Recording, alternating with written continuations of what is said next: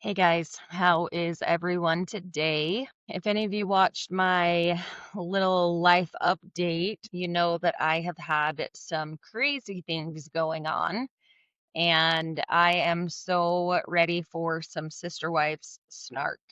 It has been a really hard, crazy couple of weeks. And I apologize that I am so far behind, but there has been some things that have happened that have been out of my control. I took my kids out of town to see their grandparents and their brother in Oregon. Life has just kind of caught up to me.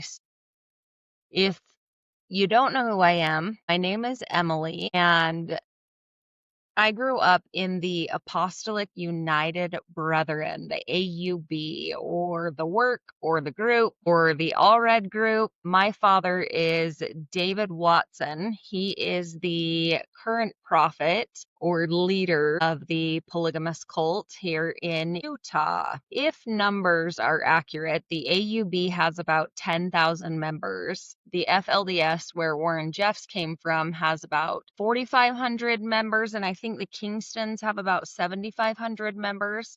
I think the FLDS used to be the biggest polygamous cult. So somehow the AUB has surpassed them.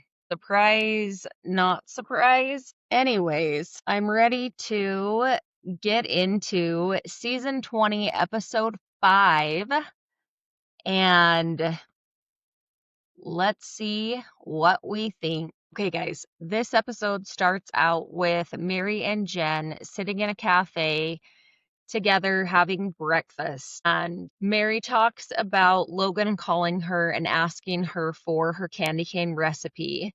They are at the holiday season now, and they get into talking about Coyote Pass. And she basically says nothing has changed. Coyote Pass is still the same. She wishes that Cody would communicate with her. Okay, she's on this one piece of property with Cody and Janelle. So out of all of Coyote Pass, that is all that he has her on, is one piece of property. The thing I don't get about this is something that drives me crazy about polygamy. Generally, everything is in the husband's name. The wives don't really have a legal claim to anything. In this situation, I think the only reason that any of the wives are on anything is because of the TV show. I think if this was just another family in the AUB and they owned this property, chances are Cody would outright own everything. The wives wouldn't have their names on anything. And if polygamy is so wholesome and it's all about the things that they teach, why wouldn't these men just ensure that every wife has the legal capacity to all of the assets or have things divided equally in one way or another? It does not make sense, regardless of how much they claim to love each other, how much they say they would never take advantage of each other. There is absolutely no way in hell that anyone can deny Cody and Robin have made out like bandits with what they have walked away with versus what the OG3 have walked away with. The two of them have a ridiculous amount of possessions and property, and I think it is disgusting. We are getting a blatant view of what this generally is like.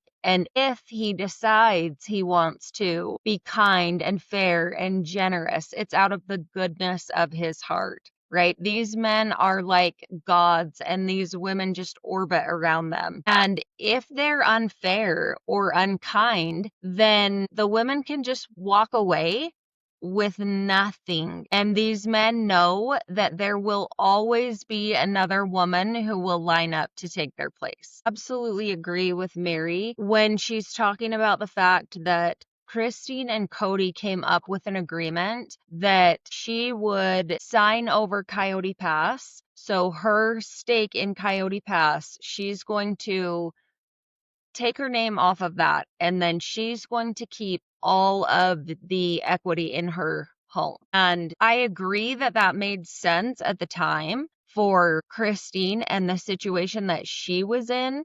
I don't agree that it ended up being fair for the rest of the family. And in the same way that it's not fair that Janelle's living in a trailer and doesn't even have an actual home, in the same way that it's not fair that they didn't communicate any of this titling of Coyote Pass with the other wives. These are things that should have been a family discussion. These are things that should have been agreed upon by all of the wives and Cody together. And why not just walk into the situation being fair, being equitable? Why ever go in there with Cody's name on everything? The way that that property was titled is so damn wonky. It is absurd. The fact that Christine didn't get to keep the equity in her house and to get some of Coyote Pass is also so incredibly bizarre to me, especially because she still has a minor child at home. Okay, I love this next part. This is where I just absolutely adore Jen. So now it looks like she's actually a cast member on the show. Season 20, she is in every episode. She's mic'd up. She's right there next to Mary. I think she is actually probably on the payroll now. And I am loving the snark that comes with her TLC paycheck because she is bringing it this season and it is fantastic. Let's see if I can share this with you. If not, I will at least give you the audio from it. Okay, I love Jen. I love the way she just calls it out. How much longer are you going to do this? How much longer? I want a number. Give me a number. When are you going to acknowledge that he's just an ass? There you have it, black and white. He is just an ass. This is the exact shit my mom is dealing with my dad right now. He is just an ass. He has put 2 other wives on the title of the property that they all co-own. My mom has been married to this man for 52 years. The next wife has been married to him, I think, for 35. And the other wife, that is his legal wife, has been married to him for 26 years. So the legal wife comes in, she's married to my dad for half the amount of time my mom is. And now because my mom doesn't want to have a relationship with him anymore, he thinks my mom gets nothing. So he can lie, cheat, and steal, take from her, drive her absolutely bonkers. And because she decides, I don't want to play your games anymore, I don't want to deal with your back and forth, then she gets nothing. And we're going to see in this episode where Cody finally admits that the only reason that him and Robin decided to sell Coyote Pass is because they were buying the new house. He outright says that is why they decided to sell Coyote Pass. They're ready to sell because they know it's going to benefit them into getting Mansion 2.0. Okay, I love that Jen gets her to actually practice because it really does make a difference. Even just saying it out loud in that joking way is going to build that confidence in Mary and give her the ability to be able to take a stand just a little bit more the next time she deals with Cody and he is trying to take advantage of her. So Jen is absolutely pointing her in the right direction, and these are things that absolutely need to be said. Regardless of what anyone says or thinks about Mary, I think we all collectively can see the way that she has been abused and taken advantage of, not only by Cody, but by the cult itself. And her taking a stand is going to be an example for so many other women that are stuck in this cult who are in this same situation and they just walk away. They get so burned out and so tired of the BS, just dragged down this street of nothing for so long that they just can't take it anymore, and they're ready to move on. So they walk away and they just give up any claim on any property, on any resources at all, and they go figure it out on their own. What are you doing, Rose? Then they go back over to Maddie and Caleb's house, and David and Christine are just getting there with Truly. They are walking inside the house, and there's like this little cannonball looking thing outside of the house. And David says, "Is that a real cannonball?" And Christine's like, "Yeah, that's a real cannonball." And he's like, "There's no way. I don't believe you." She's like, "Yeah, it's from the Civil War." And he says, "There's no way. That can't be real." And she's like, "I promise you it's real. A couple of visits ago, Caleb told me that it's a real cannonball, that it's from the Civil War." David's like, "We're going to ask when we go inside." And he's like, "They're going to lie to me anyways." And Christine says, "I'll bet you $5, $5 bet." And then she like reaches out her hand to shake his hand, and she goes, spits on her hand and puts her hand out to shake it. Just, I love that. I love Christine and David's relationship. I think that it's awesome. I love the way they love each other, and I just love the humor that they have together. I think they're so funny and they play off of each other so well, but they're also incredibly cute and affectionate together. And I love that for her. I think she just glows, and I'm happy that she finally gets to experience what it's like to be truly loved by someone. So they go inside and they ask Caleb, and he sits there with this little smirk on his face. And Maddie's like, "Yeah, it's a real cannonball." And Caleb says, "No, it isn't." Everybody freaks out. And he tells the story. It's called a Millennium Mine or something like that. And it's a ball that they use inside of a rock crusher at like the local mine. So everybody's convinced that it really is a cannonball, and Caleb knows the whole time that it's just a rock crusher. It's so funny. So now they're getting ready to do the holidays together, and you've got a bunch of Janelle's family and you've got a bunch of Christine's family, and of course these guys are raised together, so they're brothers and sisters. They just feel like family. So they're all getting together to celebrate the holidays. They're doing it a little bit early because everybody's kind of doing their own thing. Some people are going separate ways on the holidays or to in-laws' houses for the holidays. And Janelle is talking about how the holidays are what really ground you. No matter what happens in life, you always have your traditions. You can always go back to your holidays. And I love that. I think that that is so true. No matter how hard the rest of the year is, when you can get together with your favorite people on the holidays, it just makes everything worth dealing with for the rest of the year. It makes all of that hard stuff it makes it a little more bearable, in my opinion. I love the holidays. I love getting together with my siblings. I love spending that time with my mom. I miss when I was a kid and we used to do a lot of the holidays together. I don't miss it enough that I would go back to that, but I do miss when my kids were little and we would get together like this with all of the nieces and nephews running around. And these brown kid grandbabies, they are so beautiful. All of these little kids are so cute.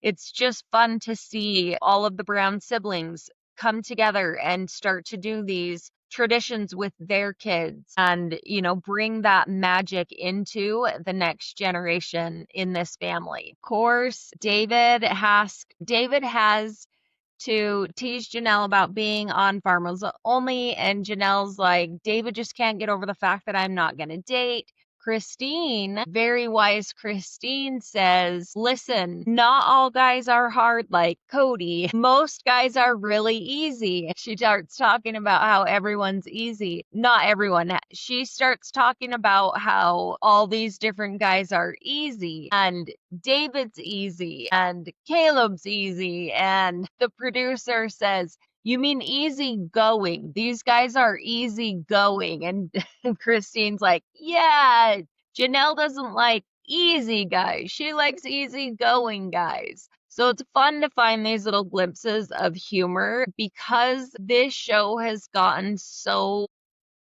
hard to watch in the sense that we have just witnessed so many atrocious things, and the behavior and the speech from Robin and Cody, all of it. It's so frustrating to me to watch and know that it really doesn't have to be this way. And if the things that are being taught and preached are true, why is this happening? Why would this ever be okay? Why would this go on for so long? Even with the sale of Coyote Pass and Janelle and Mary getting 25% of 25% of Coyote Pass, give me a break. They should have each gotten 33%. Robin and Cody should have shared the other 33%. Let's be real. Do you see Robin going around doing anything? She's barely interviewed. She barely even spoke a word in season 19. I am floored with all of the money and resources and time that got poured into the mini mansion, and Robin and Cody are just making out like bandits. It is the most minimum thing that they can do to give those women 25%. Christine has to take Cody to court to even get child support for Truly. Obviously, I don't know the details. I think it is so asinine that they have to go through the court system. Of all the things that you have to do when you are playing games like that in the court system, who are you? Give me a break. Why wouldn't I truly believe that if Cody had offered Christine even $500 a month, something, anything, to help take care of his responsibilities, I don't think that Christine would have taken him to court. There's not really a chance in hell. But you know that that man was not participating at all in the financial caretaking of any of his children besides Robin's. And he has the audacity to go on and say, well, we all helped with the older kids. Where's everybody to help with the younger kids? What? Are you kidding me? They are so greedy. It drives me bonkers to watch how greedy they are. It honestly does. And I totally understand it. I totally do. And that is like a knife to Christine's kidney to know everything that went into Cody and Robin's pockets, and for them to turn around and have the audacity to say they helped with all of the older kids. Where's all their help with their younger kids? While they are raising minor children without any help from Cody, physically or financially. Get bent, Cody. So now we're back over in Flagstaff in Cody and Robin's garage. This garage is huge. It is like the entire upstairs of my house. And the ceilings are like 20 feet high. And it is packed. Just packed with boxes and shit. And Robin goes on a little rant about how Cody multiples of everything at every wife's house. And so as he got divorced from each one of them, they just gave him all of his stuff back.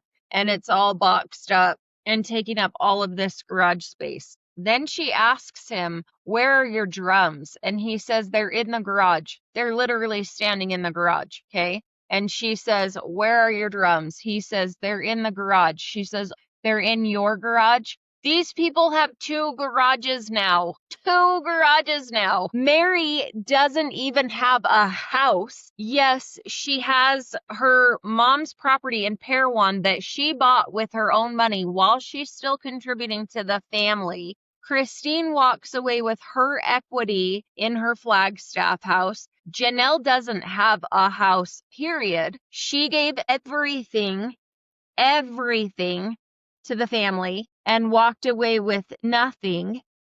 And these yahoos are in the McMansion 2.0, and I just can't with either one of them. They shock me so much with the way that they behave and the lies that they tell on TV across the world. It is so absurd. So Aurora walks into the garage and Cody and Robin are goofing off, talking about Saul's old wooden swords, and he's like, what do you want me to do with these? And Robin's like, I can put them with my grandkid stuff. And Aurora walks up, and they're all just kind of giggling, and Robin is asking her what's so funny, and she's like, topics of conversation. And speaking of, you know that guy I've been hanging out with? Yeah, Brody. Yeah, well, he asked me to be his girlfriend, and I said yes. And I'm like, what? What is happening? Is this for real?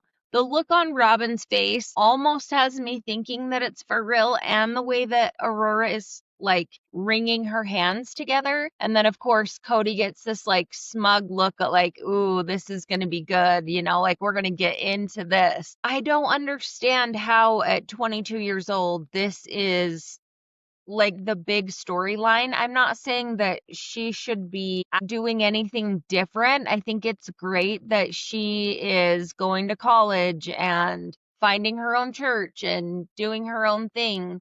I don't think that it's fair that the majority of polygamous families raise their children to not integrate into society.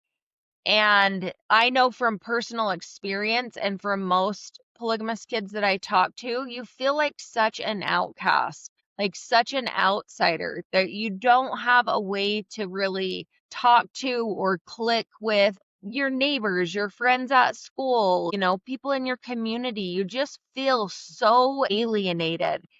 And we were raised to believe that we were better than everyone in the outside world. Only the problem is we didn't grow up being confident or feeling like we were better than, because we were so abused and beaten down. We didn't have any self-esteem. We didn't have any self-worth. So everything comes across in a condescending, arrogant, ignorant way. And there isn't a level of confidence that most people have. And you just feel so lonely. It's such a lonely feeling, and there's not really a way to connect with others out in the world. And so I see that a lot in Aurora. And obviously we don't get a really good peek into these kids' lives, at least not yet, but it makes me sad for her to think what some of these underlying emotions and things could be going on with her. So then it goes over to Jen and Mary, and they're getting ready to go to New York. It's like 5 o'clock in the morning, and they're super excited. Mary says something to the effect of, you know, like meeting a man on the street in New York City. And hey, anything can happen, right? Miracles happen at Christmas. And I love that for her. I know Mary just desperately wants to be loved. I don't think that Mary has probably ever, up until Jen, experienced what it's like to be accepted for who she is. For just straight who Mary is as a person, her actual real personality, who she is at home when no one's looking, when no one's watching, just the core of who Mary is. And she hasn't experienced, at least not for a long time, because I do believe in the beginning that Cody was in love with her. And I think that obviously diminished and fell apart as each additional wife came in, and then especially when Robin came in. I do not for 1 second believe that Cody has some holy, righteous, spiritual connection with Robin. I fully believe with every fiber of my being, Robin strokes Cody's ego. I don't think that those two have a soulmate connection. I don't think that they are lovers and friends. I think that Robin was looking for security for herself and for her children. She was so severely abused that and by abused, I don't know, like, personally what type of abuse she would have suffered aside from neglect and being filled with just crazy doctrine and beliefs and scared to death and never having the ability to figure out who she is, what she wants, what her personality is. I think when we look back at old home videos of her, she was begging for attention. She just reminds me of the pick me girls. She's such a pick me girl, in my opinion. And she just did everything she could so that Cody would pick her, pick me, pick me, pick me. I'll make you my best customer. So she is giving and giving and giving and giving and giving of this man. And when they meet, she is this young hot model and he is 10, 12 years older than her. So in his mind, he's an older man. He's got a little bit of a dad bod at that point, and he's got 3 polygamous frumpy wives that don't really have personality. They don't stand out necessarily in any really big ways. They're all conforming to this one cookie cutter mold of what the ideal polygamous wife is, the ideal sister wife is. So everyone is trying to fit into the same box, and there just doesn't leave a lot of room to be unique and to really fine tune who you are as a person. So I think that Robin has been desperately trying to find attention and acceptance, and she's going out of her way, giving, giving, giving, giving, giving, whatever she can give, however she can give it in her purple bedroom palace. And that is the connection that her and Cody have. So she is feeding his ego and he is feeding her sense of security. She wants to feel secure in her relationship. She wants to feel better than and more valuable than and above the other wives. So these two are not in a healthy relationship, in my opinion. These two are in a working relationship. They are each giving something to the other. It's not really cohesive and it's not in an intimate, passionate, soul level connection, in my opinion, from what I've seen. So I'm really interested to see where things end up with them, because I do not believe that the two of them are connected in the ways that they say that they're connected. So next we go to Mary, and she is talking again about going to New York City. And she's talking about how she is finally being able to uncover parts of her that she's been hiding. And she's also discovering parts of herself that she didn't know were there. So she's learning a lot about what she likes, because she's never really been able to fully be herself and figure out what she wants, what she likes, what she needs, what makes Mary happy. And I think that that's probably part of why Mary has been so ornery and hard to deal with the family, because she has had to suppress herself and again try to fit into this cookie cutter mold, and that doesn't really work for anyone. So I find it really interesting to watch her start to come into her own, and it's going to be cool to see, to get to season 21 and to see, are we going to really see a lot of individuality in all of these women by the time we start season 21? Then they go back over to North Carolina. They're getting started with the holidays. They're about to make Christmas cookies. And, Christine is she's super into all of this. She's loving the get-togethers. She loves the magic. Christine loves the fairy tales. And so the holidays are so special. And I absolutely understand this. This is something that I was raised with my mom. My mom reminds me so much of Christine, and making things fun and special and highlighting the kids and, just really getting that family camaraderie and togetherness and the sense of the holiday season. Now in North Carolina, they are decorating the tree outside of their house in North Carolina. So they've cut down this tree at Tata Farms. They are putting it in the front of Maddie and Caleb's house, and they've got all of the family out front, and they're decorating the tree outside. And it's really cute to see all of these nieces and nephews. They're running around. The Brown siblings are goofing off with each other. They're goofing off with the little kids. They're all having a great time. They're excited that it's Christmas. Even more exciting is that they're there together and they're having this holiday together.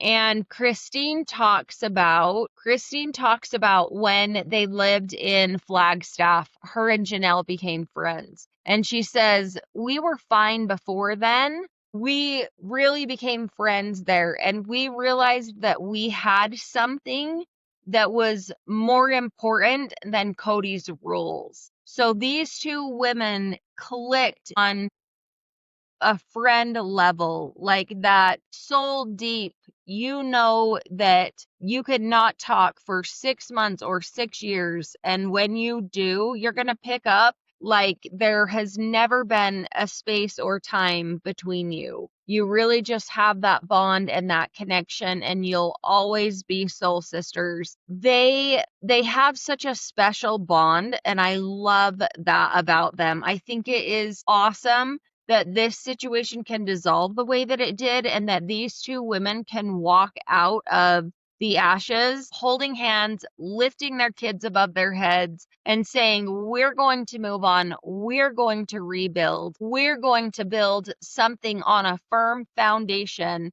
And that is exactly what they have done. They have come together and they have partnered in family foundation and this friendship foundation and truth and strength and morals and values and dignity and honor.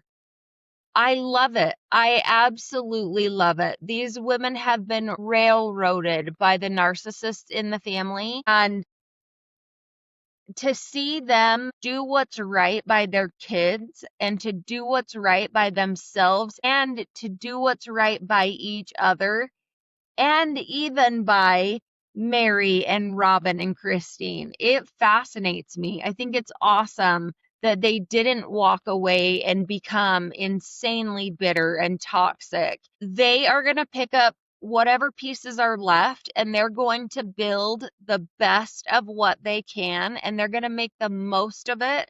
They're going to keep in contact and they're going to do what they need to do, and they're going to do what's right and what they enjoy for their family, for their children. I love that so much. And Christine talks about how going into this relationship with David, she says, "I have a sister wife and her name is Janelle, and she is with me to the end." No matter what kind of little snippets we get here and there to try and make us think that these two are feuding or that there could be problems or storyline, it's not there. These two they're bonded, they're connected, and they are as close to sisters as blood sisters will ever be. So we're back in the garage with Robin and Cody and Aurora, and right here's a little bit of a bonus scene. So they're talking about this boy asking her to be his girlfriend, so they're going steady now, and I think that Cody and Robin's verbiage is way off in what they say versus what their actions are versus what they think. And Cody's asking Aurora about how does he look at her and does he look at her adoringly? And, Aurora's kind of telling them about this situation and this boy. And Cody's like, this is intoxicating. Like, he's getting intoxicated, like turned on, listening to his daughter speak about dating her boyfriend. It's just sick. It's just icky. And I can't tell you how many men of every age that I have grown up with in the AUB that behave this way, and it just feels creeper and gross and like, just like it feels so inappropriate on so many levels. And Robin's like, "Just make sure you take your time." And Aurora saying, "We're at this there's checkpoints along the way. And, so far he's met all of these checkpoints. And right now we're talking about praying about, what does God want for both of us? And is this something that we, would want long term, or can they see it go long term? So it feels like Robin and Cody can't communicate the right language along with the right behavior. They're so far off. They're so far skewed in the way that they act and behave and speak about things. Nothing lines up with them. I feel like Aurora can see that and feel that as well. And we're going to see that more too when they do introduce Brody, the boy that she is dating. So, I don't know. It's just gross. Cody he has just turned into such a creeper. And I don't feel like he was necessarily this way in the beginning. I feel like he has just let himself just go so far off the track that he just doesn't have a moral compass anymore. And the way that he speaks is so inappropriate, especially considering he's speaking to his daughter, he's speaking to his children, he's speaking to his wife.